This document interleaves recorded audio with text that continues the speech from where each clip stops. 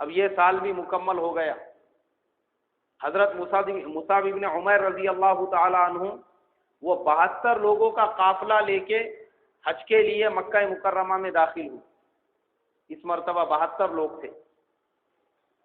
اللہ کے نبی صلی اللہ علیہ وسلم کو بھی پتہ چلا کہ مصعب ابن عمیر 72 لوگوں کی جماعت کے ساتھ مکہ مکرمہ آئے ہیں مدینہ سے حج کے لیے،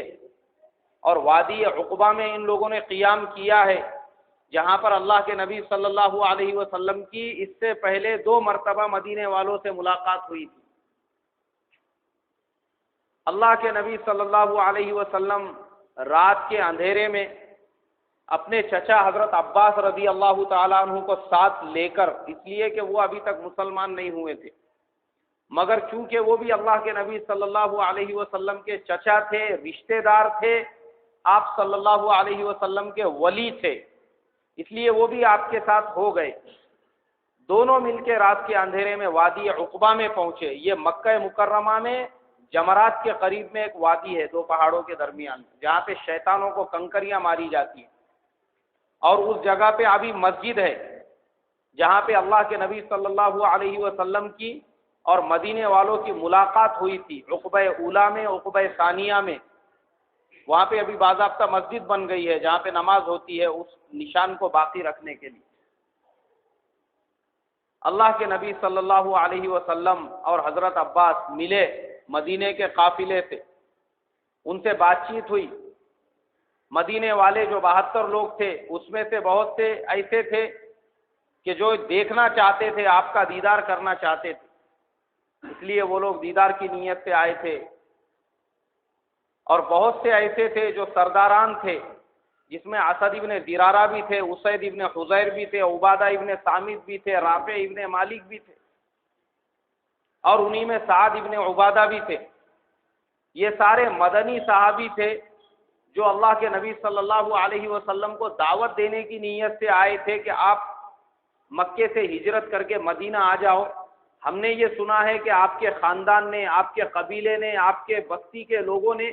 آپ کو بہت ستایا، بہت تکالیف دی، بہت پریشان کر رکھا ہے۔ جب آپ کو یہاں پہ سکون نہیں ہے، دین کی محنت کرنے میں تکالیف ہو رہی ہے، آپ مدینہ آ جاؤ، ہم آپ کا ساتھ دیں گے، پھر آپ وہاں پہ دین کی محنت کرنا۔ ان لوگوں نے اللہ کے نبی صلی اللہ علیہ وسلم کو دعوت دی، تو حضور صلی اللہ علیہ وسلم کے چچا حضرت عباس رضی اللہ تعالیٰ عنہ نے کہا، دیکھو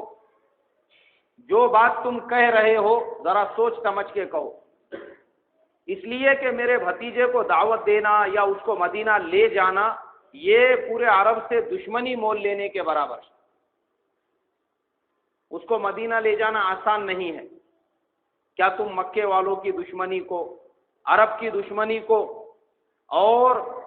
جو قبائل ہیں ان قبیلوں کی دشمنی کا مقابلہ کر سکو گے؟ ان کی دشمنی کا جواب دے سکو گے؟ تو مدینے والوں کی طرف سے حضرت اسد ابن زرارہ انہوں نے کہا،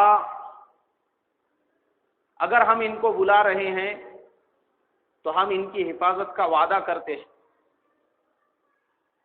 ہم ان کی حفاظت کریں گے۔ حضرت عباس نے کہا، دیکھو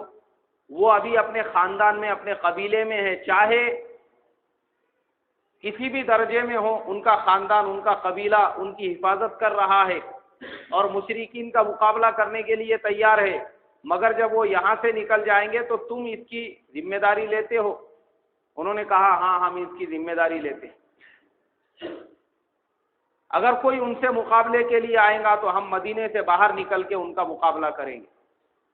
حضرت عبداللہ ابن رواحہ رضی اللہ تعالیٰ عنہ نے پوچھا، اس کے بدلے میں ہم کو کیا ملے گا؟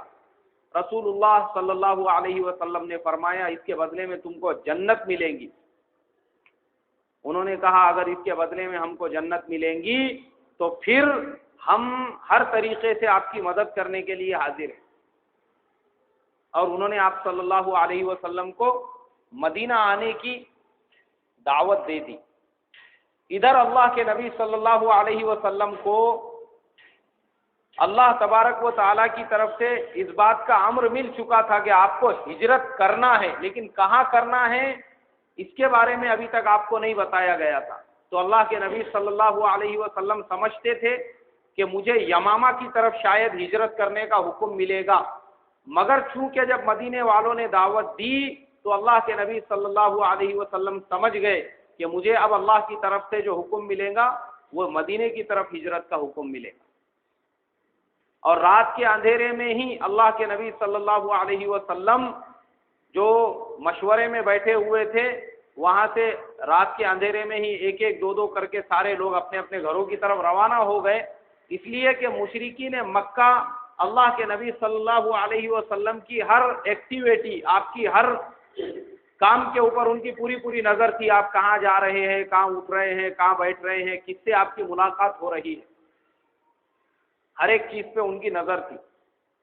تو یہ مشورے کی جماعت جب بیٹھی ہوئی تھی اس وقت میں بھی شیطان نے پہاڑ کے چوٹی پر کھڑے ہو کر مکے والوں کو آواز دی کہ دیکھو یہاں پہ جو ہے مسلمانوں کا مشورہ چل رہا ہے۔ اس سے پہلے کہ مشرکین آتے، مسلمان ہی اپنے گھروں کو ایک ایک دو دو کر کے رات کے اندھیرے میں روانہ ہو گئے۔ جب مشرکین کو معلوم ہوا دوسرے دن وہ وہاں پر پہنچے تو تب تک مدینے والے سب روانہ ہو چکے تھے۔ اب اللہ کے نبی صلی اللہ علیہ وسلم نے اپنے صحابہ کو حکم دیا، جو بھی اپنی مرضی سے اپنی خوشی سے مدینے کی طرف ہجرت کرنا چاہتا ہے اس کو ہماری طرف سے اجازت ہے، وہ مدینہ میں جا سکتا ہے، اس لیے کہ اب مدینے میں مسلمانوں کے لیے کوئی ڈر اور خوف باقی نہیں رہا تھا،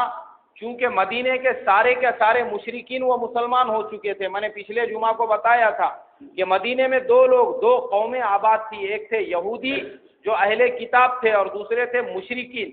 مشرکین جو تھے وہ 100% مسلمان ہو چکے تھے، یہود ابھی تک مسلمان نہیں ہوئے تھے۔ اب یہ جب سارے کے سارے مسلمان ہو گئے، مسلمانوں کی مدد کرنے کے لیے تیار ہو گئے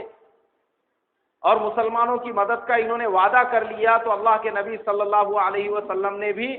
جو مکے والے صحابہ تھے ان لوگوں سے یہ کہا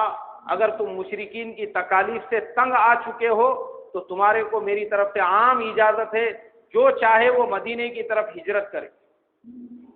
اب صحابہ اکرام رضوان اللہ تعالی علیہم اجمعین، کبھی ایک آدمی، کبھی دو آدمی، کبھی 4 آدمی، کبھی 5 آدمی رات کے اندھیرے میں نکل کے وہ مدینے کی طرف ہجرت کرتے۔ مشرکین کو جب یہ معلوم ہوا یہ لوگ ہجرت کر رہے ہیں